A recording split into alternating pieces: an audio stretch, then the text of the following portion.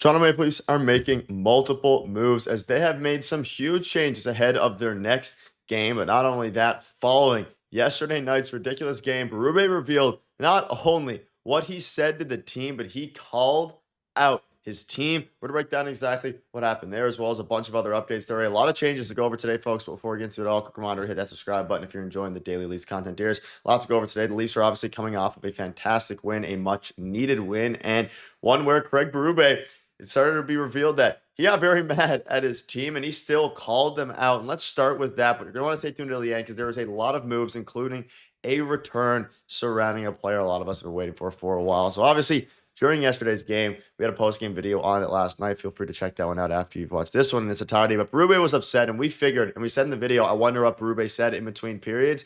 And we know Anthony Stolarz came out and said that he said a few things. You can use your imagination for that. And everyone kind of echoed it. We've been around long enough, and we knew that was not our game. And of course, they played well in the last 5 games, but the actual journey has been a little bit rough. And he called out his team after the game. What upset me is that we can come out in the second period down 2-0 and expect to make a push, and we didn't. And he went on to say some more things. We'll dive into those a little bit later. But he basically said he was upset with how they played. He really wasn't positive in the post-game interviews, despite scoring 4 goals in the third and winning it. Darius, before we dive into some of the updates ahead of tomorrow's game, what are your thoughts on Berube calling out the team?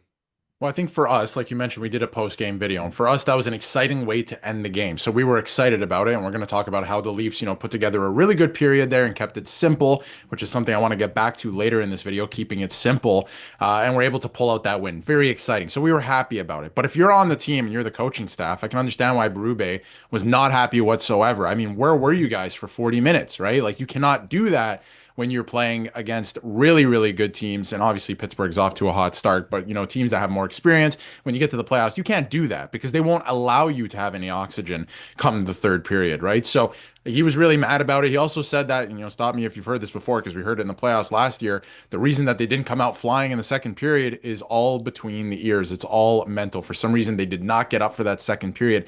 And that is concerning. Why did they wait till the third period to get up? I mean, it could have been worse. It could have been 5 or 6-0. Then you would have really been out of the game. And of course, we've seen this team come back from that before, but you don't want to have to do that on a nightly basis. Why are you starting from behind all of the time? So Craig Berube has great points here, and he's right. They have to address that. And I think a lot of the things with this team are dumb mistakes, mental lapses so far to start the season that they can clean up. But one thing is for sure, they did not come out firing out of the gate in that second period. That is a cause for concern. Why didn't they start going right away? You go into the room, you have a break, and we don't know what was said in the room. And they're trying to keep everything in the room now. You could see with some of the comments from some of the players because of what happened earlier this year.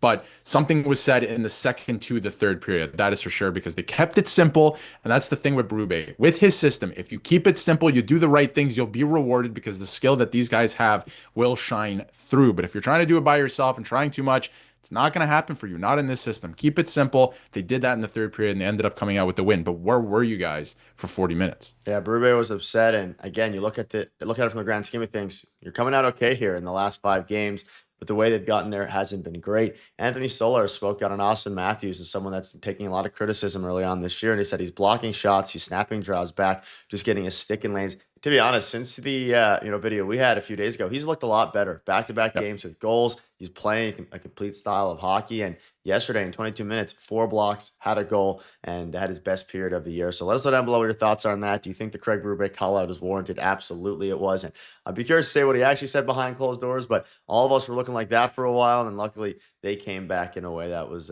pretty impressive there. And Matthews even got into it about how specifically the Leafs have turned it around in the third period and just in general.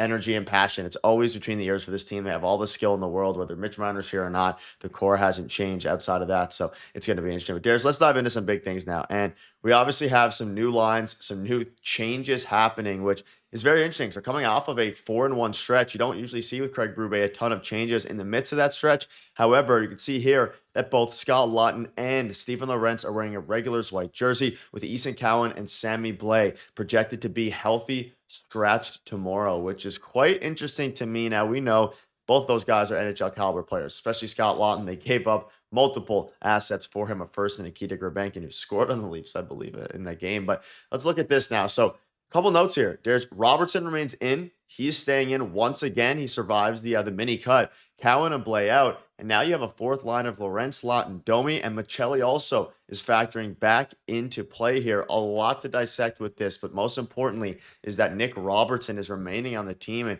for all the talk about him in trades, either they're keeping him in because he wants to keep his value up, or the most likely reason, the actual reason, he's playing good hockey.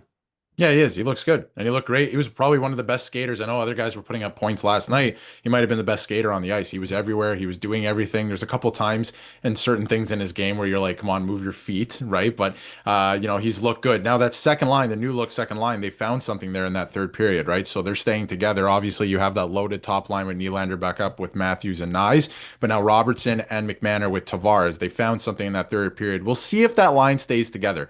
They had some chemistry going, but that's the type of thing to me that they might start the game and then Berube is going to realize stylistically against Utah, this might not work, but hopefully we can create some magic based on what we saw last game. Cowan sitting is not a big thing to me. I mean, was he going to play 82 games? Are we serious? I didn't think so anyway, right? So he's going to sit some games. He's going to be able to watch this one from the press box, and I would imagine he'll be back soon.